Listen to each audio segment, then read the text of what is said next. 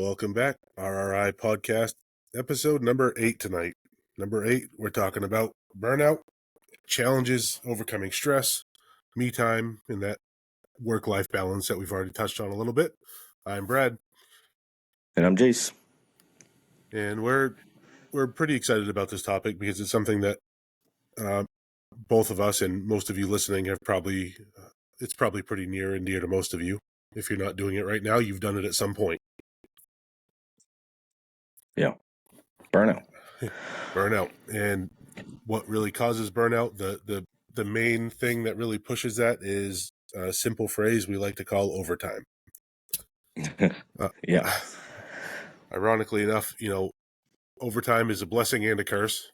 There's nothing wrong with it for making a little bit extra money, but if you're not taking the right steps for that self-care outside of work and learning how to say no, like we've talked about, it's gonna build up and build up and build up. What's that going to do to you? It's taxing mentally and physically, not only for work, but your home life balance as well, your work life balance as well. So it's all around taxing, and it can be really dangerous. I think we've talked about it before, how dangerous not only the overtime can be, but getting yourself into a position where you have, become burnt out. And how do you get past that? How do you move forward? Yeah, and I think it ties into all the problems that we've talked about, whether it's relationship problems or money problems or substance abuse problems. You've got so little time off that you're filling those gaps with anger, aggression, or trying to get your times in quickly because you only have so much time with them. And you're sacrificing your sleep and you're sacrificing your overall well-being.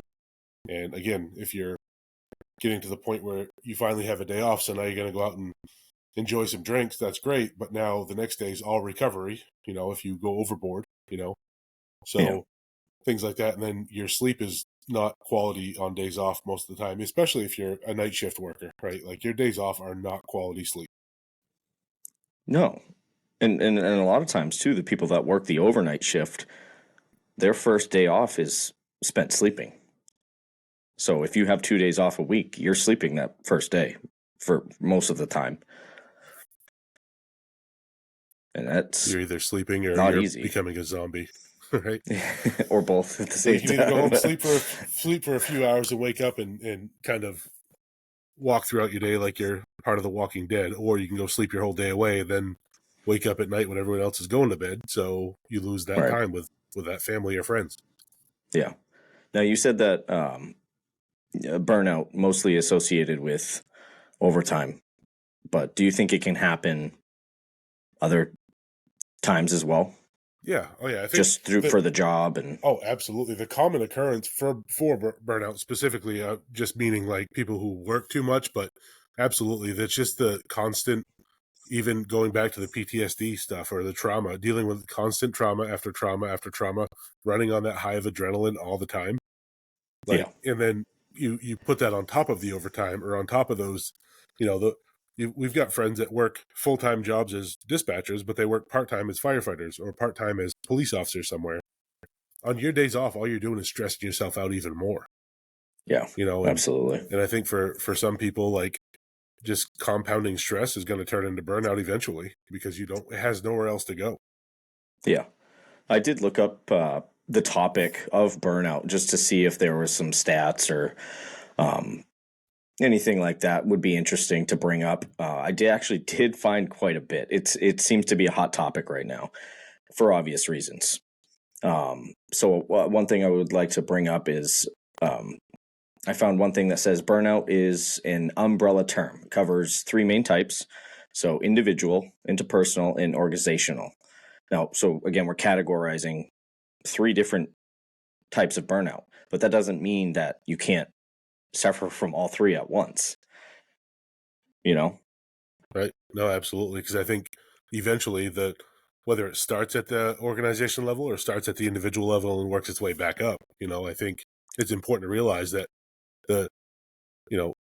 just like I recently learned that leadership works both ways, right? You can lead from the bottom, but you can also lead from the top. I think, if you're talking about a triangle, you can flip a triangle either way, and it's still a triangle, right? But if it starts Yeah. at the top from organizational, there's things that can be done. Maybe the other part is, this staffing crisis that we're dealing with nowadays. Can Yeah. anything really be done? Yeah. I mean, what do I preach when we talk about the schedule, right? Creative scheduling. Like, I Creative don't want you to scheduling. work Yeah. 18 hours if you don't have to. Like, Yeah. I would much rather you work a 15, a 13, a 12, or anything. If you have to work overtime, I prefer it be something a little bit less than something that's going to push you over the edge. Yeah. And I think realistically, that's what employees want too. They don't want to have to work those 18s. Is the money nice? Absolutely. Do they want to help out? Sure. But it's not ideal. It ruins your day. It ruins your days off, and your mental health starts to get taxed easy and quickly. So I think everybody wants that. And the creating scheduling is such a good point. Yeah, I love that you've pushed that so hard because I don't think people are used to it. It's like either take the shift or don't. With the creative scheduling, we can ask someone to switch schedules, or we can ask, you've thought of plenty of good ideas to get things moved around to get shifts filled without taxing everyone. And sometimes Right. And it's I'm good with things inevitable, like but swapping hours, or yeah, even if we can get 4 people to work 2 hours, you know, that you've got an 8-hour shift right there. And that's only 4 people doing a much smaller portion than one person doing it all, or 2 people splitting a shift, or things like that. So yeah, those are things from the top down that an organization could do to really. And I know some departments are much smaller, so I understand there's only so much they can do, you know.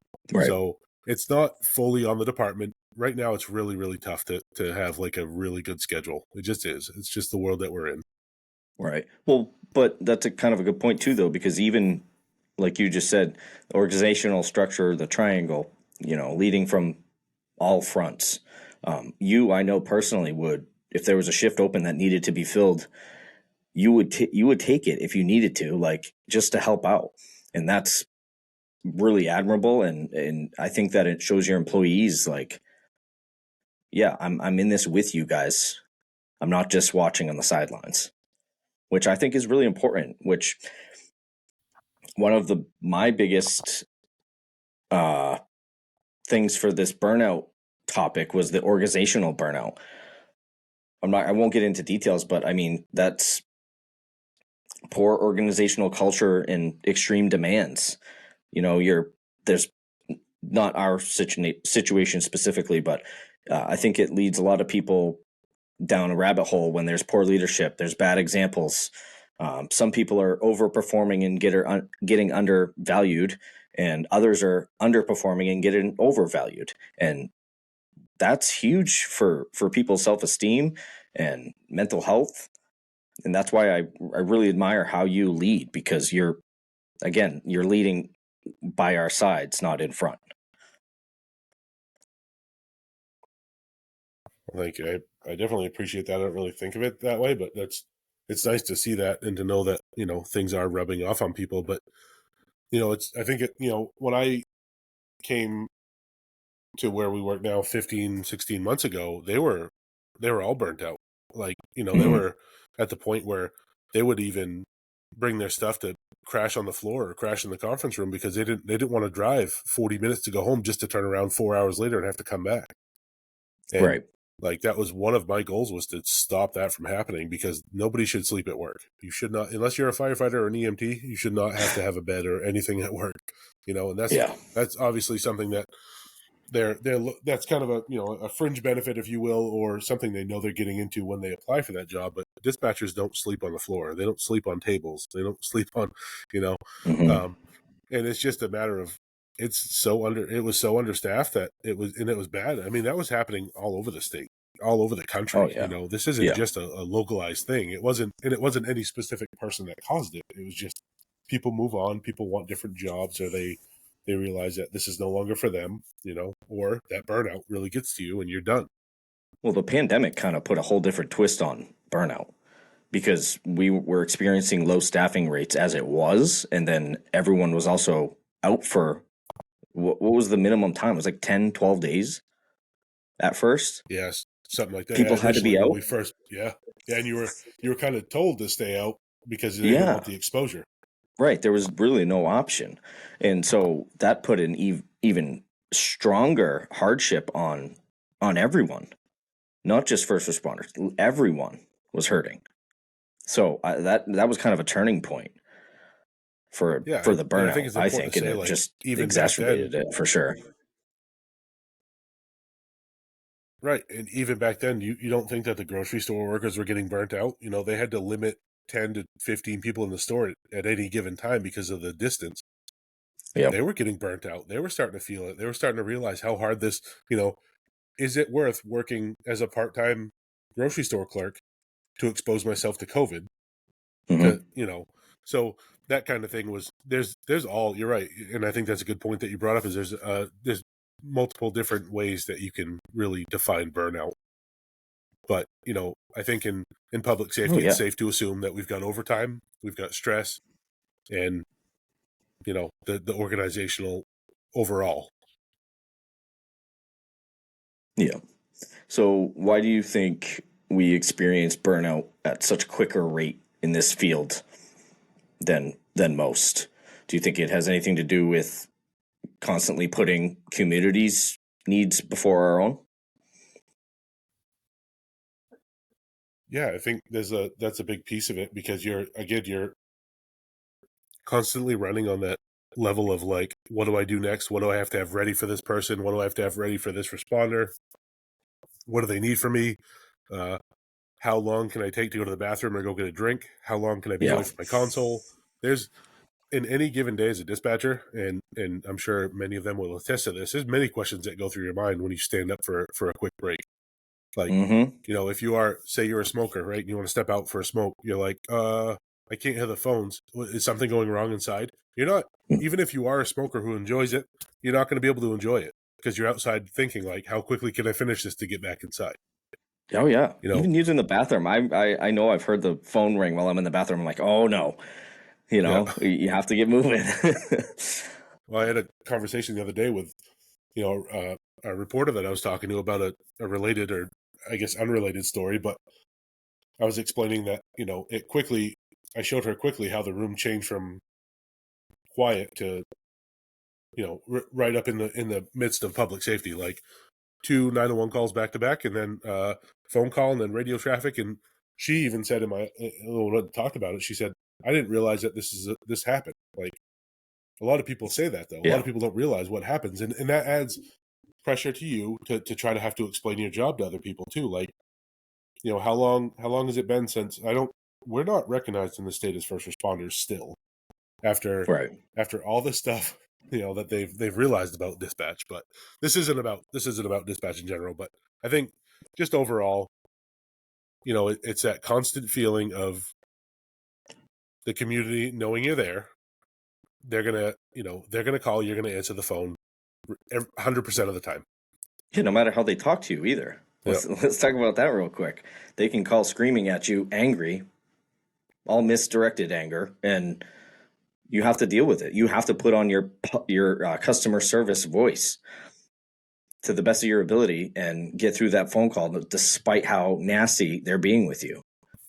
It can be with responders too. They have to deal with it face to face, but you still have to turn around and go to the next one, answer that next phone call. It can be really exhausting. Yeah, it is exhausting. So I think that really opens us up to a question that really has endless answers. You know, how does burnout happen?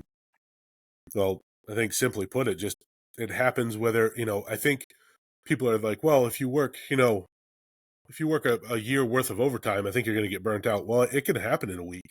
It can happen in a month. It can happen in, you know, a rotation, however you want to look at it. But I think that anything that interferes with the positivity of your life, whether it's nutrition or sleep or exercise or, you know, value time with friends or family, that's going to start to get you on the trail of burnout pretty quickly. Mm-hmm. Yeah, Yeah. like you said, there's plenty of things we can attribute burnout to, and it's all figuring Yeah, and out it's how not a to one-day thing. It's a get over it. constant struggle. Right. Right. Yeah. It's a constant struggle, a constant battle that if you get complacent with it and it goes, you forget about, you say you burnt out, you go on a vacation, you enjoy it, you come back and you get right back into the old habits. You start working overtime again, you start getting forced again, things like that. It's a Hmm. never-ending battle between you and burnout. Well, yeah, even like you said, even going on that vacation, you're not really healing during that time. You're healing your mental health possibly, but you're putting those work issues on the back burner. So they, like you said, they're right there when you get back.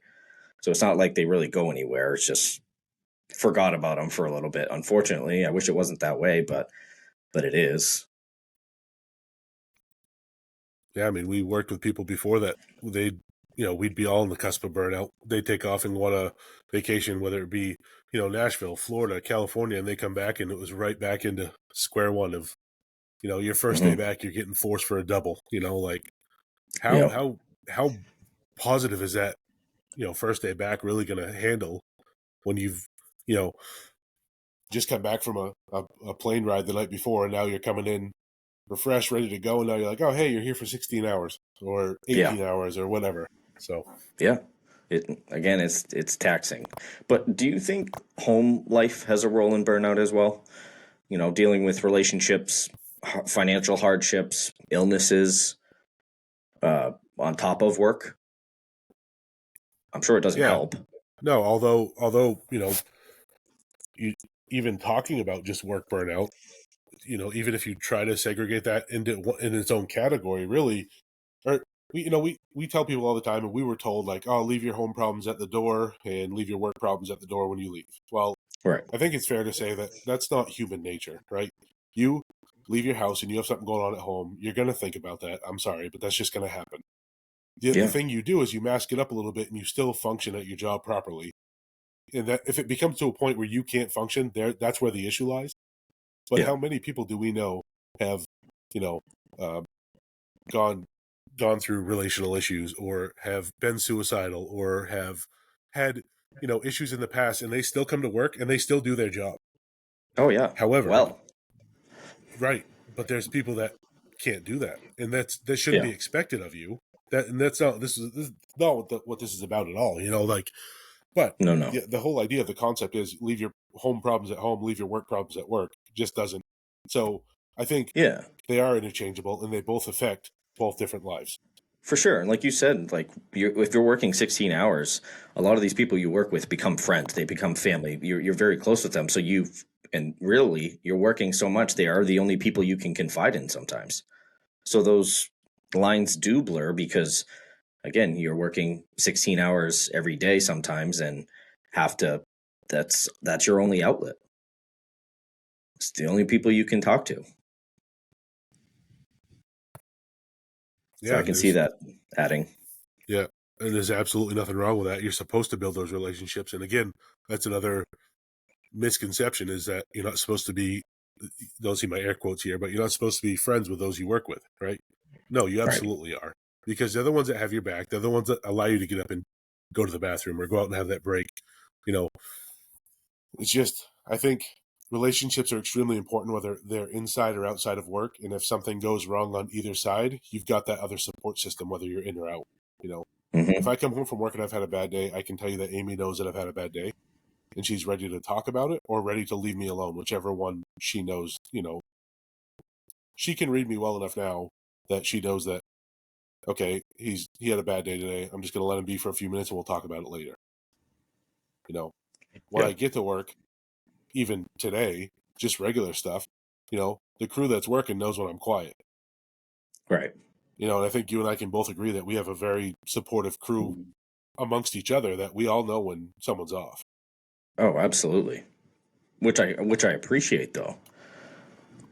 It Yep. builds a good bond for us all, and we function a lot better as a unit when it is that way. There are a lot of different stats I'm looking at here. It's kind of mind blowing, honestly. It's not necessarily due to burnout, but I think it plays a huge role. Over 60% of first responders reported feelings of burnout in a 2019 survey, and 85% of first responders have experienced symptoms attributed to mental health conditions. So that puts us 5 times more likely than the general population to experience depression and PTSD. That's wild. Yeah, Do you it think is. it And you all think plays a like, role? I think everything, again, I think it all, I do believe everything ties into what we're doing, whether, and I think outside influences, things like a neighboring department having issues and venting to you about it. I think it slowly starts to take a toll on how you feel about certain things. Or, you've got an employee who's not having the greatest day and they're just, they're upset about something and they're talking about it, and that spreads throughout the Mm. agency like wildfire. It Mm-hmm. wasn't intentional, maybe, but it does happen. It's like a Absolutely. telephone game. You tell that one person, and by the time it gets to number 50, it's completely different. Yeah. Or even And then it's having damage a bad control. attitude Yeah. could put a damper on the whole shift. How do we mitigate this? How do we get past this? So The this is burnout. the fun part about this conversation, is because this is, how to mitigate it. How do we get past it? How do we, reduce the risk of it? It all ties into everything that we've already talked about. It ties into the stigma of understanding that you don't have to be okay. You can take your time off. You can say no. Your Mm. work-life balance is important. Focus on, things that you want to do for you, your, work, your family life, your relationships. We've talked about all these things, Right. so it's funny when we talk about burnout, the way to avoid burnout is to understand that there's options and there's things that can be done that don't have to put you through a 16-hour, 18-hour shift. It's Yeah, we've talked it's about the big understanding. NO before. Right. Yeah. And that's still huge. And that's all Right. part of this, that again, a lot of the stuff that we talk about is interchangeable. Like, you can almost replace the title on any of these episodes that we've done. And really, the content is all similar. Absolutely. Yeah, for sure. And it's not a one size fits all option. Take a step back, evaluate what parts of the job are leading to burnout. You can't just, like we said, it's not an umbrella. You have to step back, take a breath. Okay, what is it that's actually causing this? And one of the biggest ways to do that is seek support, which we've talked about time and time again. Coworkers, friends, loved ones, supervisors, it doesn't matter. Talk to them because they might be seeing these same signs that you're experiencing. Yeah. And I think it's important to remember too that, like, we, t- we talk about burnout like it is a problem. So, for instance, if you have a minimum staffing policy, or you have something where you may not need that third person for an additional 6 or 12 hours, run with a minimum if you can. Granted, it's a catch-22, right? Because you run with less people, you have to work harder. I understand that. We're talking about burnout. It's going to make you work a little harder. But when it comes that time for you to have that time off, that's the important thing, is giving that third person that time to just chill, right? Yeah. You know, and I'm not saying a Friday, Saturday night, or during a huge event like the eclipse that we're going to be dealing with soon up here. Yep. Like, people, that our center is going to be busy. The local EMA is going to be busy.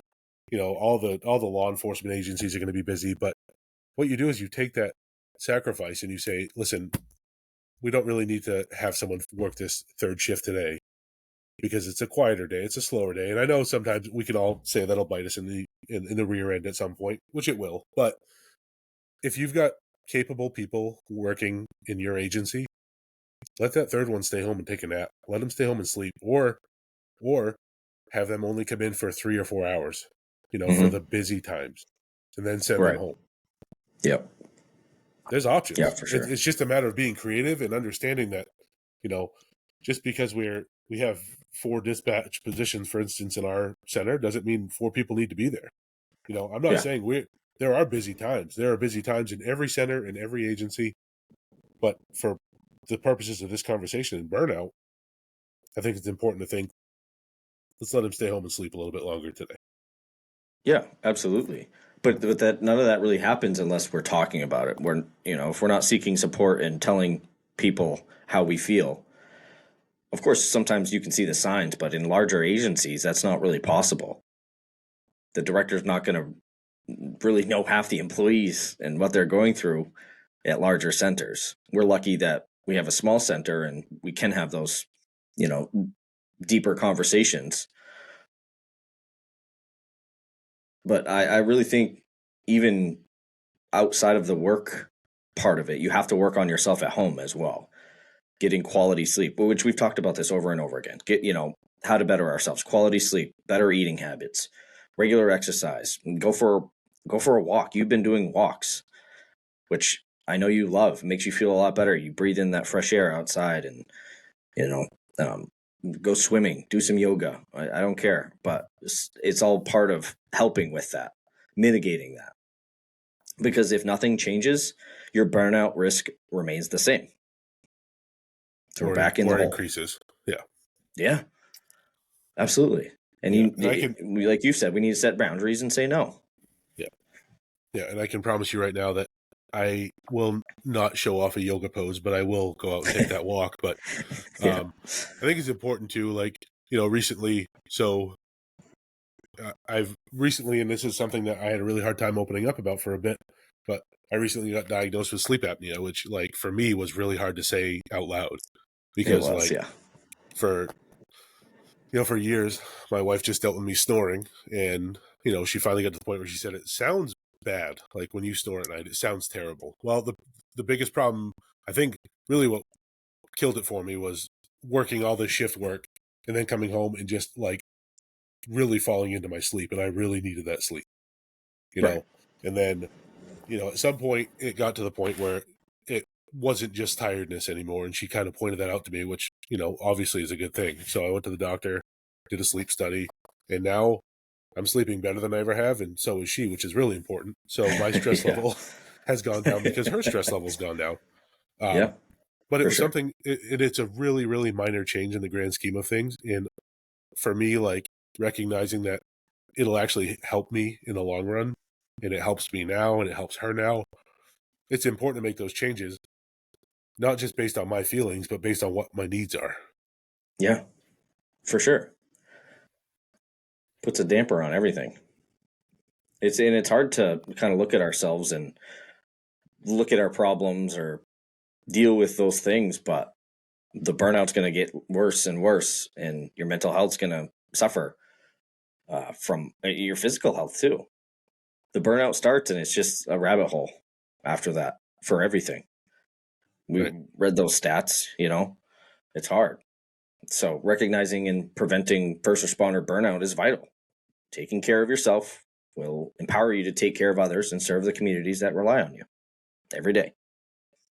Yep. And Because, something you as know, simple as sleep apnea turns into something as critical as depression, and or as mm, critical as, substance abuse, because you can't sleep. Now you've got insomnia, and now you're up at night trying to figure out what to do. Or, it's a overthinking. really, right. It's a really big snowball effect just Yeah. by, you know, the choices that you make, even eating at work. How often do we order health food at work? Well, there's not many Never. options. So, yeah. But that's the point, is like, Right. you can meal prep, you can plan for that, and you can actually change things about your life without having an excuse of, oh, well, the nearest thing that we have is McDonald's. It doesn't matter. It really Right. doesn't. Those are Yeah. choices. That was one of my favorite things. I did one of those meal kits, and it was a game changer for me. I already like cooking. So I was getting to learn different cooking techniques and trying different dishes. I didn't have to think about what I was making that day. And a lot of times I would make all three meals in a day on my day off. And I had lunch the whole week and dinner. I didn't have to eat out. So one was helping my bank account, and two, it was helping me eat better, more consistent too. There were actual portions, and they were, you get your meat, your veggie, your starch, whatever, which is important to me. But so find your balance, find what makes those things easier for you each day. I know you bring like little snacks to work too, like but they power you through the day. Peanuts, Slim Jims, whatever. Anything is better than eating that takeout food, as easy as it is. Yeah. And it all Yeah. helps Things like with the burnout. right. Right. It's all just one choice at a time. One choice, typically one good choice will lead to another good choice, to another good choice. To you get to the point where you don't even think back, you know. Sure. Like when I started walking last summer with my neighbor, we actually started doing like a mile and a half a night, and then by the end of the summer we were up to like 7 or 8 miles, 6 or 7 miles. And it was a That's blast. You awesome. know, we were out till like 9 o'clock at night. Yeah, oh yeah. Of Yep. course, I well, the remember. sun was still out at that point, but Yeah. So yeah, there's lots of things that cause burnout. There's a whole slew of things that like symptoms from burnout, and it's not a one size fits all to fix it, but nothing's going to change if you don't actually try and change it. I think that's and the it, biggest takeaway. yep. And I think again it goes back to again something we've talked about. You can't pour into someone else's cup if your cup is empty. Mm-hmm. So if you're burnt out, you're going to be a miserable POS to be around. Yeah. And that's just reality. You know, there's no way around it. You're not going to be burnt out and be happy. Right. Which is kind of wild, right? Because what you're saying, if we're burnt out, yeah, everyone around us suffers, but yet we still get the job done. I know we mentioned this earlier, but just to think of it in that way, it's crazy. Where everyone else gets our top notch stuff, while the closest people to us don't because of burnout. We feel like we have to get that job done and do it well, and we do. But you have to do that for your family too, and yourself. Well, I think it also brings to the forefront that burnout rarely will get someone fired or to get them to lose their job, but burnout and things like that will often break up a relationship. So Oh yeah, it's yeah. crazy to think about that. Like you can go to work and be the best employee in the world and still be burnt out and pissed off, but you can't. Mm-hmm. It's really hard to go home and shut that off because you need that outlet and you need to let it go somewhere, and you're not doing it at work because you're not allowed to. Right. Yeah. Yeah. That's a really great point.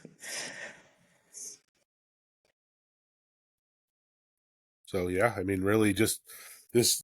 We could probably again, like many of the other topics we touch on. I think we could do this all night. We could go back and forth about things that are burnout and what isn't burnt out. But I just think Mm-hmm. it's important to bring this to the the limelight and make you any of our listeners to understand that, recognize it and know what you can do to get out of it. And I think going back to when we talked to Mark St. Pierre, I think PTSD and burnout were hand in hand. He was talking about working in a department Mm-hmm. that was call to call to call to call. So that's where the internal burnout starts to happen, is just being overly busy all the time. When you're running nonstop, you're starting the clock on that fire. Yeah. Well, yeah, because again, you're dealing with the trauma too of each call and having to put it on the back burner. So you're not Yeah, fully processing incidents.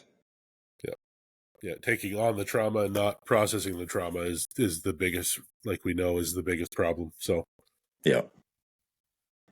all right, I think that's pretty much all I got for this topic. How about you? Oh yeah. I mean, like you said, we can go on forever and ever on this, but I think we've hit some pretty good key points today.